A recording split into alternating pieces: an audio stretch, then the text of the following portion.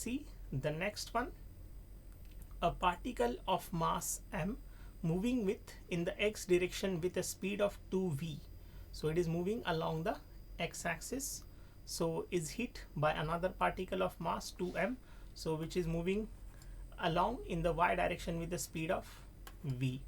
So this is nothing but, you can say that, so that is the mass of your 2m, and this is the another one, so which you can say that with the speed 2v, and that is nothing but your mass m.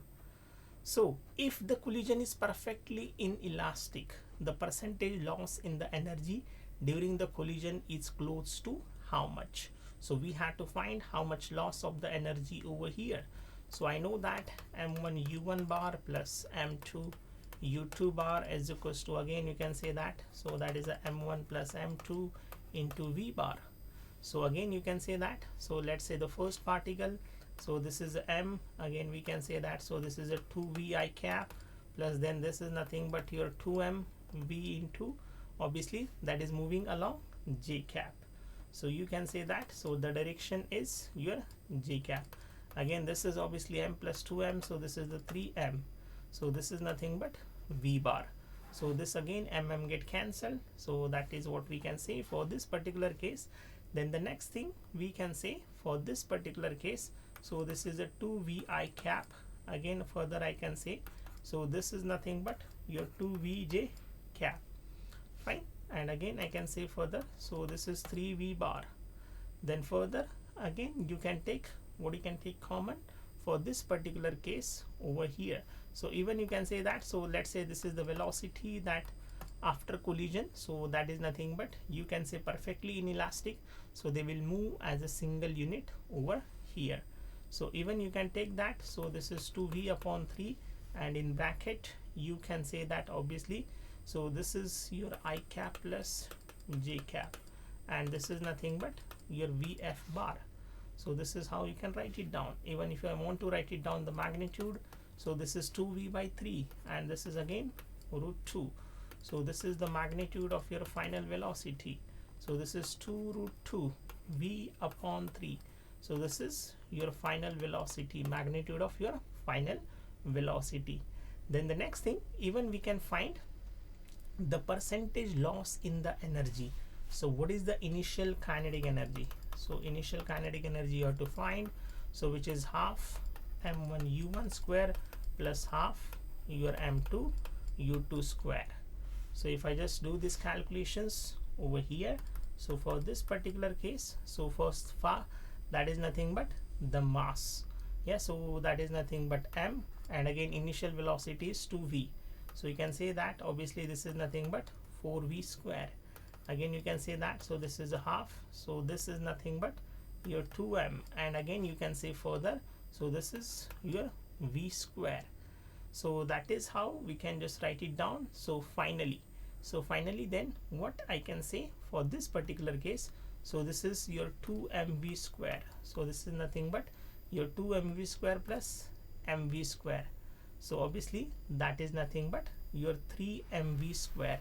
So that is what we can write it down for this particular case over here. So that is how we have to write it down. So the initial kinetic energy, so from this expression we can say that, so that is 2mv square plus mv square, so that is your 3mv square. So the initial kinetic energy I can write it down, initial it was nothing but your 3mv square. Now the final, so what is the final kinetic energy? So that is kinetic energy after collision, yeah.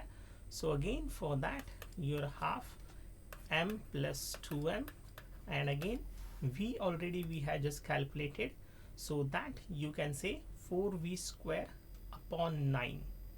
So 4v square upon 9 into 2, so this 2 also get cancelled, so this is, you can say that, so this is 3m, 4v square upon 9 over here.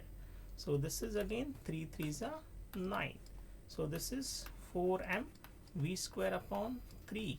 So this is your final kinetic energy. So the loss in kinetic energy, so initial kinetic energy minus final kinetic energy. So we can say from this expression, so this is 3 mv square minus 4 by 3 mv square. So you can take mv square common, and again this is 3 minus 4 by 3. So this one you can say then mv square, again this is 9 minus 4, so that is nothing but 5. So you can say that, so the percentage, yeah, so that is a percentage, that is the loss in the kinetic energy upon initial kinetic energy.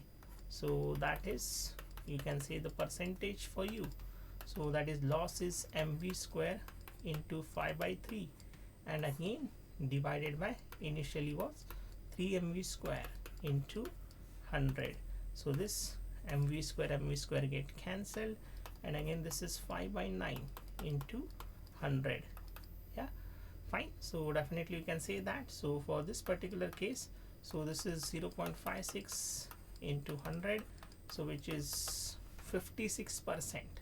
So you can say that, so for this particular, the energy lost in the percentage is 56% over here. Let's consider the next question. A force F acting on an object varies with distance x as shown in the figure.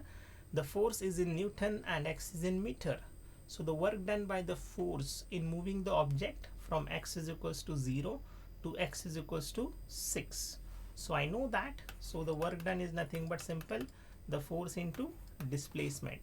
So that is nothing but area under that force displacement graph. So the work done is nothing but, you can say simple, the area under that your force ds curve. Yeah, so this is how we can say for this particular case. So this is nothing but one rectangle and another is nothing but the triangle. So the next thing you can say for this particular case, so this obviously square, so that is a 3 into 3, so this is 9. Again you can say for the next particular case, so that is a half into base, so that is nothing but again 3, and that is a height, so that is again you can say 3. So you can say that, so that is a 9 by 2. So we can say again for this particular case 9 plus 4.5, so which is nothing but your 13.5 joule. So you can say for this particular case your option B is correct.